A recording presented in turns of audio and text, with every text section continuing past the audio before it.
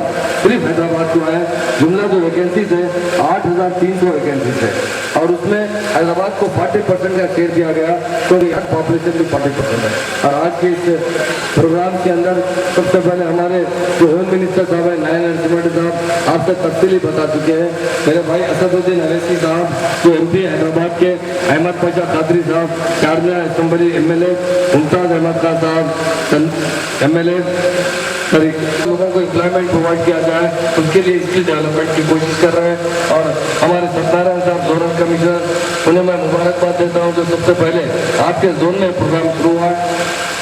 शिव प्रसाद साहब joint commissioner of police, Nagi Reddy साहब joint commissioner of police और डाइस पर बैठे हुए मेरे भाइयों और आज के ट्रेनिंग प्रोग्राम में आए हुए मेरे भाइयों और बहनों, ये हमारे लिए बहुत ज़रूरी है क्योंकि हम तालीम हासिल करने के बाद दूसरे पेशे से लग जाते हैं। बहुत से नौजवान जो पुलिस कांस्टेबल के जो वैकेंसीज है उन्हें इंटरमीडिएट क्वालिफिकेशन होना चाहिए। वो डिग्री भी है तो लिख सकते हैं, पोस्ट ग्रेजुएशन भी है तो लिख सकते हैं, मगर कम से कम इंटरमीडिएट पास होना चाहिए। होता ये है कि हम जब तालीम खत्म करते हैं उसके साथ ही प्राइवेट दुकानों में काम करते हैं, कोई कपड़े की दुकान में काम करता है, कोई फैक्ट्री में काम करता है, तो एजुकेशन से हम बहुत दूर होते हैं। अपना फिजिकल भी हम कोई खासतौर से पुराने शहर के लोगों के लिए बहुत अच्छे ग्राउंड भी नहीं है और यहाँ का माहौल भी है, माशी हालत की पस्ती की वजह से लोग कोई फिजिकल ट्रेनिंग नहीं लेते हैं।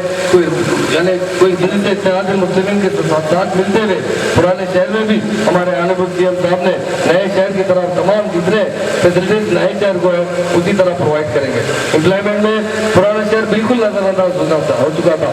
ये 57 साल में अगर कोई सबसे ज्यादा किसी का नुकसान हुआ तो पुराने शहर वालों का हुआ, क्योंकि वो आंध्रा वाले ना हमारी उर्दू जबान जानते थे, ना हमारी तहजीब जानते थे, ना हमारा कल्चर जानते थे।